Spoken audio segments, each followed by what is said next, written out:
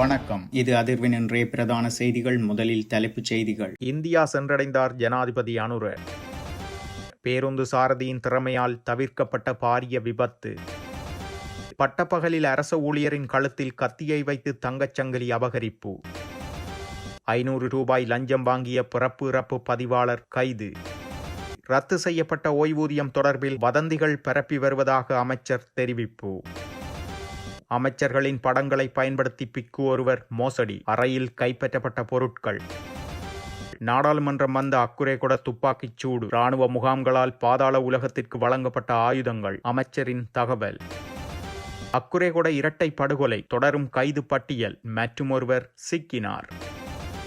ஆனந்த சங்கரி குறித்த விடயத்தை அவையில் தெரிவித்து நிசாம் காரியப்பர் ஆதங்கம். ஆனந்த சங்கரி அவர்கள் வந்து சொல்லியிருக்கின்றார்கள், எங்களுடைய தலைவரை பார்த்து, கௌரவ ரவுஃப் ஹக்கீம் அவர்களே, நாட்டை பாதாள குழுக்களிடம் அடகு வைத்த அரசு. மேலும் ஒரு விடயத்திற்காக பிரதமர் மன்னிப்பு கேட்க வேண்டும். கடுமையாக சாடிய மொட்டு கட்சி.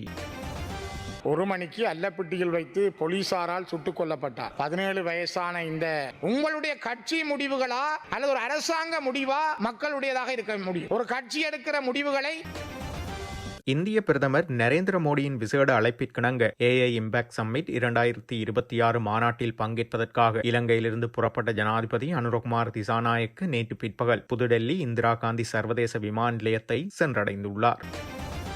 திருகோணமலை மட்டக்களப்பு பிரதான வீதியின் மோதூர் போலீஸ் பிரிவுக்குட்பட்ட 59 ஜின்னா நகர் பகுதியால் பயணித்துக் கொண்டிருந்த பேருந்துடன் தவறான திசையில் பயணித்த லொரியொன்று மோத முற்பட்டுள்ளது. இந்த சந்தர்ப்பத்தில் சாதுரியமாக செயற்பட்ட சாரதி பேருந்து வண்டியை வீதியோரமாக திருப்பி பாரிய விபத்தை தடுத்ததன் காரணமாக பாரிய உயிர் சேதங்கள் தவிர்க்கப்பட்டுள்ளது.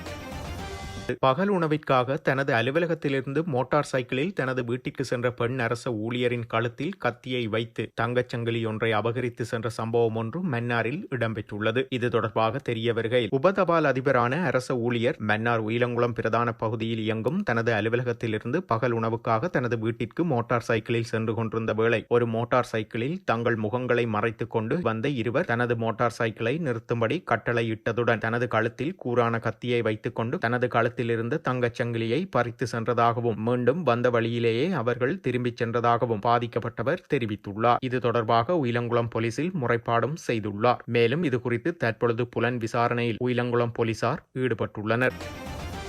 அம்பாறை ஆலையடி வேம்பு பிரதேச செயலக பிரிவுக்குட்பட்ட பதில் பிறப்பு மற்றும் இறப்பு பதிவாளர் ஒருவர் 500 ரூபாய் கையூட்டல் பெற்ற குற்றச்சாட்டில் கையூட்டல் ஒழிப்பு விசாரணை ஆணைக்குழுவின் அதிகாரிகளால் கைது செய்யப்பட்டுள்ளார். மருதமுனை பகுதியை சேர்ந்த வர்த்தகர் ஒருவர் வழங்கிய முறைப்பாட்டிற்கு அமைய இவர் கைது செய்யப்பட்டுள்ளார். குறித்த வர்த்தகர் தனது மகளின் பிறப்புச் சான்றிதழை பதிவு செய்வதற்காக பிரதேச செயலகத்திற்கு சென்றிருந்த போது சந்தேக நபர் 1000 ரூபாயை கையூட்டலாக கோரியதாக கூறப்படுகிறது. முதற்கட்டமாக 500 ரூபாயை பெற்றுக்கொண்ட அதிகாரி பதிவு செய்யப்பட்ட பிறப்புச் சான்றிதழை பெற்றுக் கொள்வதற்காக பிப்ரவரி 16ஆம் தேதி வரும்போது எஞ்சிய 500 ரூபாயை கொண்டு வருமாறு அறிவுறுத்தியுள்ளார். இதற்கமைய கடந்த 16ஆம் தேதி பிறப்புச் சான்றிதழை பெற்றுக்கொள்ள சென்றபோது எஞ்சிய 500 ரூபாய் கையூட்டல் பணத்தை பெற்றுக்கொண்ட வேளையில் அவர் கைது செய்யப்பட்டுள்ளார். தனது இல்லத்தில் பராமரித்து வந்த அலுவலகத்தில் வைத்தே கைது இடம்பெற்றதாக கையூட்டல் ஒழிப்பு விசாரணை ஆணைக்குழு தெரிவித்துள்ளது.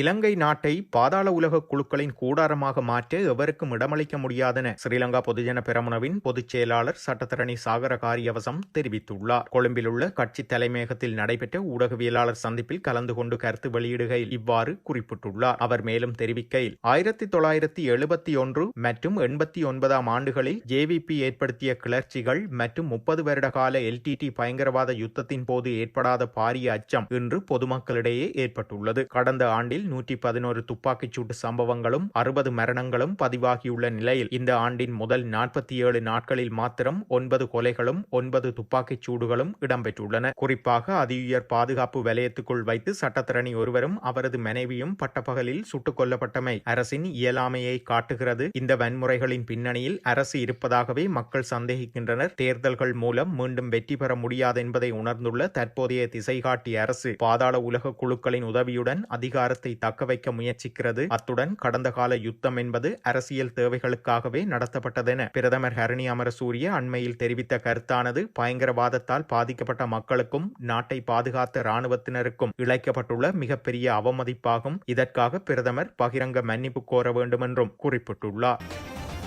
நாட்டின் வலுசக்தி அமைச்சர் குமார ஜெயக்கொடி மற்றும் துறைமுகங்கள் சிவில் விமான சேவைகள் அமைச்சர் அனுர கருணாதிலக ஆகியோரின் புகைப்படங்களை பயன்படுத்தி மோசடி செய்த பிக்கு ஒருவர் கைது செய்யப்பட்டுள்ளார். போலி வாட்ஸ்அப் கணக்குகளை உருவாக்கி மோசடியான முறையில் பணத்தை சேகரித்த பிக்கு ஒருவர் மத்திய குற்ற விசாரணை பிரிவின் நிதி மற்றும் வர்த்தக குற்ற விசாரணை அலகினால் நேற்றைய தினம் கைது செய்யப்பட்டுள்ளார். முருதலாப பகுதியில் உள்ள விகாரை ஒன்றில் தங்கியிருந்த போதே இந்த 21 வயதான பிக்கு கைது செய்யப்பட்டதாக கூறப்படுகிறது. டிட்வா புயலினால் பாதிக்கப்பட்ட பாடசாலை மாணவர்களுக்கு தேவையான பாடசாலை உபகரணங்களை கொள்வனவு செய்வதற்கென தெரிவித்து மோசடியான முறையில் தயாரிக்கப்பட்ட பல கடிதங்களும் சந்தேக நபரிடம் இருந்து கைப்பற்றப்பட்டுள்ளன. குறித்த கடிதங்களில் சம்பந்தப்பட்ட 2 அமைச்சுகளினதும் செயலாளர்களின் போலி கையொப்பங்கள் இடப்பட்டுள்ளதாகவும் தெரிவிக்கப்படுகிறது. இக்கடிதங்களை தனியார் நிறுவனங்களுக்கு அனுப்பி சந்தேக நபரான பிக்கு பணத்தை பெற்றுக்கொள்ள நடவடிக்கை எடுத்துள்ளதாக விசாரணை அதிகாரிகள் தெரிவித்துள்ளனர்.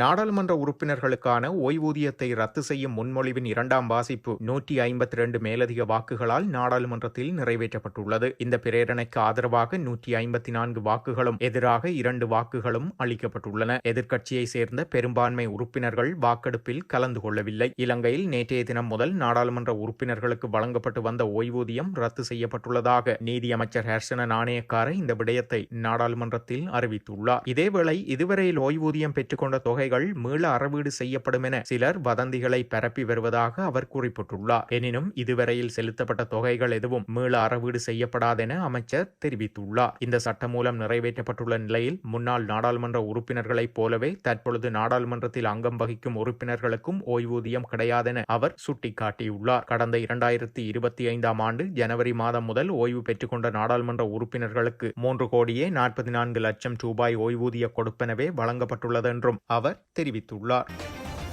தமிழர் விடுதலை கூட்டணியின் தலைவரும் முன்னாள் நாடாளுமன்ற உறுப்பினர் ஆனந்த சங்கரி முஸ்லிம் காங்கிரஸ் தலைவர் ரவுஃப் ஹக்கீமிடம் குறிப்பிட்ட ஒரு விடயத்தை முஸ்லிம் காங்கிரஸ் நாடாளுமன்ற உறுப்பினர் நிசாம் காரியப்பர் நேற்று அவையில் உரையாற்றும் போது தெரிவித்துள்ளார். நாடாளுமன்ற உறுப்பினர்களின் ஓய்வூதியம் நீக்குதல் சட்டம் மூலம் 2ஆம் மதிப்பீடு விவாதத்தில் உரையாற்றும் போதே இதனை குறிப்பிட்டுள்ளார். இது தொடர்பில் கூறிய அவர் திஸ்ஸவிதாரணவின் மரணச் சடங்கிற்கு சென்றிருந்த ரவுஃப் ஹக்கீமிடம் அங்கு வந்திருந்த தமிழர் விடுதலை கூட்டணியின் தலைவர் ஆனந்த சங்கரி இவ்வாறு குறிப்பிட்டுள்ளார். எனக்கு கிடைக்கும் முன்னாள் நாடாளுமன்ற உறுப்பினர்களுக்கான ஓய்வூதியத்திலேயே நான் வாழ்கிறேன் என்றும் தெரிவித்திருந்தார். ஆனந்த சங்கரியின் மகன் கனடாவில் நாடாளுமன்ற உறுப்பினராக இருக்கிறார். இருப்பினும் ஆனந்த சங்கரி தனது சுய உழைப்பில் யாருக்கும் பாரமில்லாமல் வாழ வேண்டும் என நினைக்கிறார். தனது முழுநேர நாடாளுமன்ற வாழ்க்கையின் பின்னர் தனக்கு கிடைத்த ஓய்வூதியம் அவருக்கு யாரின் உதவியும் இல்லாமல் வாழ வைத்துள்ளது. அதுதான் ஒரு மனிதனுக்கு முக்கியம். ஓய்வூதிய நீக்கம் அசாதாரணமானது. சிறு தொகையினர்தான் ஓய்வூதியம் பெற்றுக் கொள்கின்றனர். ஓய்வூதியம் நீக்கம் செய்வதற்கான முறைமை பிழையானது. கண்மூடித்தனமாக நீக்க எடுத்த தீர்மானம் தவறானதென்றும் குறிப்பிட்டுள்ளார். சமீபத்தில் அக்குரேகொடவில் வழக்கறிஞர் புத்திக மெல்வராட்சி மற்றும் அவரது மனைவி சுட்டுக் கொல்லப்பட்ட பகுதி உயர் பாதுகாப்பு வலயமல்ல என பொதுமக்கள் பாதுகாப்பு அமைச்சர் ஆனந்த விஜயபால தெரிவித்துள்ளார். நேற்றைய தினம் நாடாளுமன்றத்தில் எதிர்க்கட்சித் தலைவர் சஜித் பிரேமதாச எழுப்பிய கேள்விக்கு பதிலளிக்கும் போதே அமைச்சர் இதனை தெரிவித்துள்ளார். இந்த சம்பவத்தில் உயிரிழந்த வழக்கறிஞர் மற்றும் அவரது மனைவியின் உறவினர்களுக்கும் தனது இரங்கலை தெரிவித்த அமைச்சர் இது ஒரு தனிப்பட்ட பிரச்சினை என்றும் தேசிய பாதுகாப்பில் எந்த தாக்கமும் இல்லை என்றும் இந்த சம்பவத்தினால் தேசிய பாதுகாப்பு பாதிக்கப்பட்டுள்ளதாக முயற்சிகள் மேற்கொள்ளப்படுவதாகவும் அமைச்சர் கூறியுள்ளார். மேலும் இந்த நாட்டில் யாருடைய உயிரையும் நாங்கள் குறைத்து மதிப்பிடுவதில்லை. யாருடைய கைகளாலும் யாரும் இறப்பதை நாங்கள் அங்கீகரிக்கவில்லை. ஒரு அரசாங்கமாக அனைவரின் உயிரையும் பாதுகாப்பதில் நாங்கள் உறுதியாக உள்ளோம். அரசாங்கம் ஆட்சிக்கு வந்ததிலிருந்து பல முடிவுகள் எடுக்கப்பட்டுள்ளன. சமூகத்தில் ஏராளமான ஆயுதங்கள் புழக்கத்தில் உள்ளன. கடந்த காலங்களில் அரசியல்வாதிகளுக்கு வழங்கப்பட்ட ஆயுதங்கள் இன்னும் ஒப்படைக்கப்படவில்லை. இந்த சூழ்நிலையில் நான் பணியாற்றி வருகிறேன். மேலும் சில ராணுவ முகாம்களால் பாதாள உலகத்திற்கு வழங்கப்பட்ட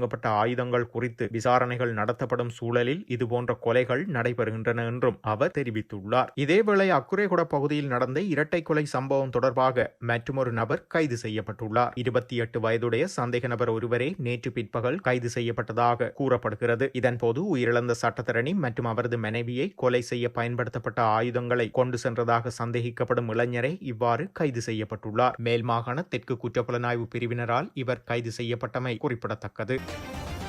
2026 2/10 செவ்வாய்க்கிழமை இரவு 1 மணிக்கு அல்லப்பட்டியில் வைத்து போலீசாரால் சுட்டுக் கொல்லப்பட்டார். 17 வயசான இந்த மாணவன் மிகப்பெரிய ஒரு சிறுவன். இவனுடைய மரணம் அவன் வாகனத்திலே சென்ற பொழுது போலீசாருடைய அராஜகத்தினால் அல்லது போலீசாருடைய செயல்பாட்டினால் இந்த மாணவன் சுட்டுக் கொல்லப்பட்டதற்கு இதுவரை சரியான நீதி கிடைக்கவில்லை என்பதையும் அந்த குடும்பம் பரிதவித்து நிற்கிற சூழலையும் நான் இந்த இடத்திலே பதிவு செய்ய விரும்புகிறேன். மிக முக்கியமாக இன்னும் ஒரு விடயத்தை நான் குறிப்பிட விரும்புகிறேன். இந்த ஆண்டு 2026 ஜனவரி 13ஆம் தேதி ஐக்கிய நாடுகள் மனித உரிமைகள் ஆணையகம் ஒரு அறிக்கையை வெளியிட்டிருந்தது. இலங்கையிலே conflict related sexual violence CRSV மோதல்கள் சார் பாலியல் வன்முறை என்பது இன்னும் நீடித்ததாகவே இருக்கிறது. அதற்கான நீதி வழங்குகின்ற பொறிமுறையோ செயல்பாடுகளையோ இலங்கை அரசு முன்னெடுக்கவில்லை என்பதை அறிக்கையாக அவர்கள் வெளியிட்டிருந்தார்கள். இது தொடர்பாக இலங்கை அரசினுடைய யாராவது ஒரு அமைச்சர்களாலேயோ அல்லது பொறுப்பு வாய்ந்த அதிகாரிகளாலேயோ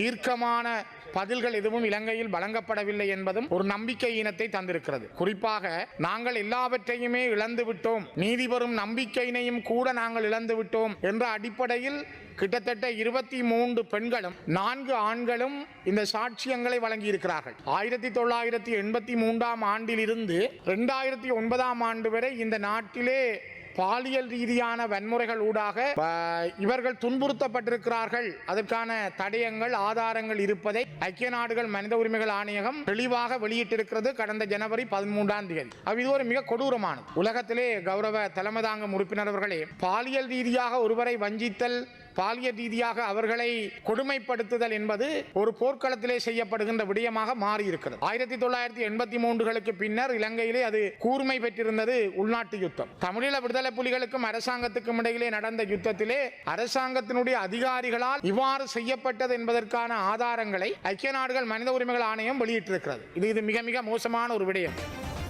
குறிப்பாக இந்த பாலியல் வன்முறைகள் என்பது பரவலாகவும் திட்டமிடப்பட்டதும் நிறுவன ரீதியாக ஊக்குவிக்கப்பட்டதாகவும் அதற்கான பொறுப்புக்கூறல் பெரும்பாலும் இல்லாத நிலையினை காண முடிகிறது. எனவே இது எந்த விதத்திலும் விசாரிக்கப்படாமல் பரவலாக மேற்கொள்ளப்பட்டிருக்கிறது என்ற விடயத்தை ஐக்கிய நாடுகள் மனித உரிமைகள் ஆணையம் OHCHR மிக தெளிவாக சொல்லி இருக்கிறது. அதே போல இந்த காலங்களில் மோதலால் பாதிக்கப்பட்ட மக்கள் மீது அச்சுறுத்தல் ஏற்படுத்தவும், தண்டனை விதிக்கவும், கட்டுப்பாட்டை நிலைநாட்டும் பாலியல் வன்முறை பரவலாகவும் திட்டமிட்ட முறையிலும் பயன்படுத்தப்பட்டது. குறிப்பாக தலைமை தாங்கும் உறுப்பினர் அவர்களே, இந்த யுத்தத்திலே பாதிக்கப்பட்டவர்கள் மீது விசாரணை என்ற போர்வையில் மிக கொடூரமாக பாலியல் வன்முறைகள் நிகழ்த்தப்பட்டிருக்கிறது. இந்த அரசு அந்த காலகட்டங்களில் இருக்கவில்லை என்றாலும், ஆனால் அந்த 1983 இருந்து 2009 வரை இங்கு நடந்த இந்த மனித குலத்துக்கு எதிரான மிக மோசமான இந்த குற்றங்களை விசாரிப்பதற்கு இந்த அரசிடமிருந்து என்ன பதில் இருக்கிறது என்பதைத்தான் நாங்கள் கேட்கிறோம். குறிப்பாக ஒரு உலக நிறுவனம், மனித உரிமைகளை பேசுகின்ற நிறுவனம் இதனை வெளிப்படுத்தி இருக்கிறது, அறிக்கையாக வெளியிட்டிருக்கிறது. ஆகவே மனித உரிமைகளை மதிக்கின்ற இந்த அரசாங்கத்தினுடைய வெளிப்பாடு என்ன? போர் முடிவடைந்த பின்னும் 2009க்கு பிறகு இந்த அரசாங்கம் பொறுப்பெடுத்த பின்னரும் கூட இவ்வாறான பாலியல் மோதல்கள் சார் பாலியல் வன்முறைகளில் ஈடுபட்ட அதிகாரிகள் மீது தண்டனை வழங்கப்படவில்லை. தொடர்ந்தும் இராணுவமயமாக்கல்கள் இடம்பெற்றுக் கொண்டிருக்கிறது. அவசரகால சட்டம் நடைமுறையிலே வைத்திருக்கிறீர்கள் மற்றும் விசேட சட்ட சூழ்நிலைகளை பயன்படுத்துகின்றீர்கள். இவ்வாறான நிலை ஏன் இவற்றை இந்த விசாரணைக்கு கொண்டு போக முடியாது? இது ஒரு சட்ட ஆட்சியின் பலவீனமாக இருக்கக்கூடாது. இந்த நாட்டிலே இருக்கின்ற சட்ட ஆட்சி நீதியை வழங்கக்கூடிய வகையில் பலவீனமாக இருக்கிறது அல்லது ஒரு இனம் சார்ந்துதான் அது செயல்படுகிறது என்பதைத்தான் இது தெளிவாக காட்டுகிறது. குறிப்பாக 20 ஆண்டுகளை கொண்ட ஒரு கால வரையறை, நீடித்த விசாரணை தாமதங்கள், வரையறுக்கப்பட்ட நீதிமன்ற மருத்துவ திறன்கள் ஆகியவை நீதிக்கான அணுகலை மேலும் தடைப்படுத்துகின்றன. 20 ஆண்டுகளுக்கு மேல் நடந்த யுத்தத்தினுடைய பாதிப்புகள், அதனை விட இதனை விசாரிப்பதற்கான தாமதங்கள், வரையறுக்கப்பட்ட நீதிமன்றத்தால் மருத்துவத்துறை தொடர்ந்து ஆய்வு செய்வதற்கான நீதிமன்றத்துக்கும் மருத்துவத்துறைக்கும் இடையில் இருந்த இழுபறிகள், அதைவிட இந்த நீதிக்கான அணுகலை சரியான முறையில் கொண்டு செல்வதற்கு ஏற்பட்ட தடைகள். ஆகவே ஐக்கிய நாடுகள் மனித உரிமைகள் ஆணையாளர் வெளியிட்டிருக்கிற இந்த கருத்து மிக மிக முக்கியத்துவம் வாய்ந்தது. குறிப்பாக அவர்களுடைய அறிக்கையிலே அவர்கள் தெளிவாக சொல்லுகிறார்கள், உயிர் பிழைத்தவர்கள் மீறல்களை புகார் செய்ய முயற்சிக்கும் போது கடுமையான தடைகளை எதிர்கொள்கின்றனர்.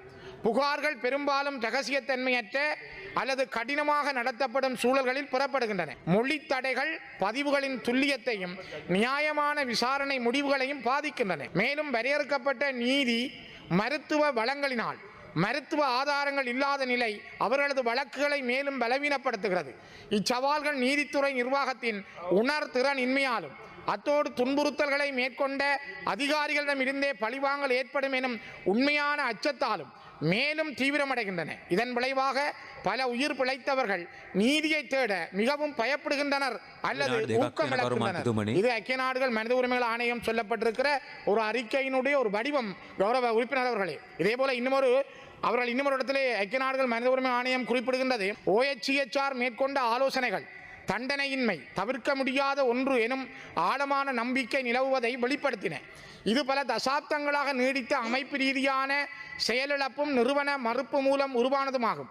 உயிர் பிழைத்தவர்கள் தேசிய மற்றும் சர்வதேச நீதி முறைகளிலும் ஆழ்ந்த நம்பிக்கையின்மையினை தொடர்ச்சியாக வெளிப்படுத்தினர்.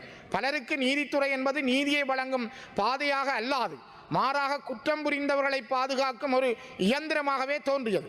ஆண்டாண்டுகளாக நீடித்து வந்த நிறுத்தப்பட்ட அல்லது தோல்வியடைந்த வழக்குகள் உயிர் பிழைத்தவர்களை உணர்வுபூர்வமாக சோர்வடைய செய்து கோபமடைய செய்துள்ளதுடன் பொறுப்புக்கூறலானது அடைய முடியாத ஒன்று எனும் உணர்வை மேலும் வலுப்படுத்தியுள்ளது. ஆகவே இந்த நாட்டிலே நீதி கிடைக்கவில்லை தங்களுக்கென்ற அந்த உண்மையை மக்கள் உணர்கிறார்கள். ஆகவே இந்த நீதியை தயவு செய்து இந்த நாட்டினுடைய அமைச்சர்கள், பொறுப்பு வாய்ந்தவர்கள் இவ்வாறு கடந்த ஜனவரி 13ஆம் தேதி ஐக்கிய நாடுகள் மனித உரிமைகள் ஆணையம் வெளியிட்ட இந்த முறைசார் அந்த மோதல்கள் சார் பாலியல் ரீதியான துன்புறுத்தல்கள் அதனூடான அடக்குமுறைகள் தொடர்பிலே ஒரு நீதியை இந்த அரசாங்கம் வெளிப்படுத்த வேண்டும் என்பதை நான் இந்த இடத்திலே பகிரங்கமாக முன்வைக்கிறேன். பொறுப்பு வாய்ந்த அமைச்சர்களும் இருக்கிறீர்கள்.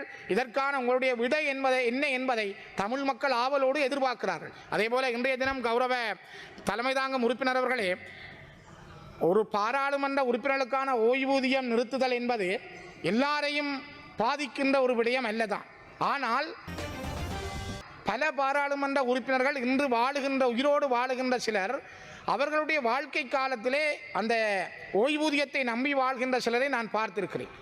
வெளிநாடுகளில் நீங்கள் பார்த்தால் தெரியும், ஒருவர் பாராளுமன்ற உறுப்பினராக வந்தால் அவர் என்ன தொழிலில் இருந்து பாராளுமன்றத்துக்கு வந்தாரோ அந்த தொழிலை விட்டு அவர் போகிற பொழுது மீண்டும் அவர் பாராளுமன்றத்தை விட்டு போகிற பொழுது அந்த தொழிலுக்கு போக முடியும். ஆகவே அவர் மீண்டும் அந்த தொழிலே போய் தான் முன்பிருந்த தொழிலுக்கான ஓய்வூதியத்தையும் பெற முடியும். ஆனால் இங்கே பாராளுமன்றத்துக்கு வருகிற ஒருவர் தன்னுடைய தொழில் செய்த கால ஓய்வூதியத்தையும் இழக்கிறார், பாராளுமன்ற ஓய்வூதியத்தையும் இழக்கிறார் என்றால் அவருடைய காலம் பாதிக்கப்படுகிறது. ஆகவே நீங்கள் ஒன்றை செய்கிற பொழுது ஒன்றை திடமாக யோசிக்க வேண்டும். ஒருவர் பாராளுமன்றம் வருகிற பொழுது பதவிகளை ராஜினாமா செய்ய வேண்டும் என்று சொல்கிறீர்கள். அவர்கள் ராஜினாமா செய்துவிட்டு வந்தால் திரும்ப அவருடைய பாராளுமன்ற காலம் முடிந்த பிற்பாடு அவர் திரும்பவும் தன்னுடைய தொழிலுக்கு போவதற்கான சட்ட மூலத்தை நீங்கள் உருவாக்கி இருக்கலாம். அல்லது ஒரு பாதிக்கப்பட்ட ஒரு பாராளுமன்ற உறுப்பினருடைய எண்ணங்களை பரிசீலனை செய்திருக்கலாம். பல பேருடைய பாராளுமன்ற உறுப்பினர்கள் தென்பகுதியிலும் சரி அல்லது நான் அறிந்த சில இடங்களிலும் இந்த பென்ஷனை நம்பி வாழுகின்றவர்கள் சிலர் இருக்கிறார். அவர்களை நீங்கள் மனிதாபிமானத்தோடு பார்க்க வேண்டும். இதே இங்கே எனக்கு முன்னர் பேசிய ஒரு கௌரவ அமைச்சர் அவர்கள் சொன்னார், இது எங்களுடைய கட்சியின் முடிவு. உங்களுடைய கட்சி முடிவுகளா அல்லது ஒரு அரசாங்க முடிவா மக்களுடையதாக இருக்க முடியும்? ஒரு கட்சி எடுக்கிற முடிவுகளை நாங்கள் கட்சி எடுத்த முடிவு என்று பாராளுமன்றத்தில் திணிக்க முயற்சித்தல் அது மக்களுக்கு செய்கின்ற மிகப்பெரிய அநியாயம். அது அந்த உறுப்பினர்களுக்கு செய்கின்ற அநியாயம். நீங்கள் சொல்லுவது போல அவர்கள் யாரும் பெரிய அளவிலே சொத்து சேர்த்தோ அல்லது கோலோச்சியோ வாழ்ந்தவர்கள் அல்ல. அவர்கள் தங்களுடைய கால கடமைகளை செய்திருக்கிறார்கள். அந்த கால கடமைகளை சரியாக செய்தவர்களுக்கு நீங்கள் கொடுக்க வேண்டிய அந்த அவகாசம் சரியானதாக இருக்க வேண்டும். ஆகவே கௌரவ தலைமை தாங்கும் உறுப்பினர் அவர்களை இதுக்கான ஒரு நீதி கிடைக்க வேண்டும். நீங்கள் விரைவாக கொண்டு வந்து நிறைவேற்றுகின்ற இந்த சட்ட மூலம் பலரை பாதிக்கிறது. நாளை இது இன்னும் இந்த மக்களுடைய பொருளாதாரத்திலும் சரி அல்லது வாழ நம்பி இருக்கிற முன்னாள் பாராளுமன்ற உறுப்பினர்களையும் பாதிக்கும் என்பதை நான் இந்த இடத்திலே பதிவு செய்ய. இத்துடன் செய்திகள் நிறைவடைகின்றன. மறக்காமல் அதிர்வு சேனலை லைக் மற்றும் சப்ஸ்கிரைப் செய்து கொள்ளுங்கள்.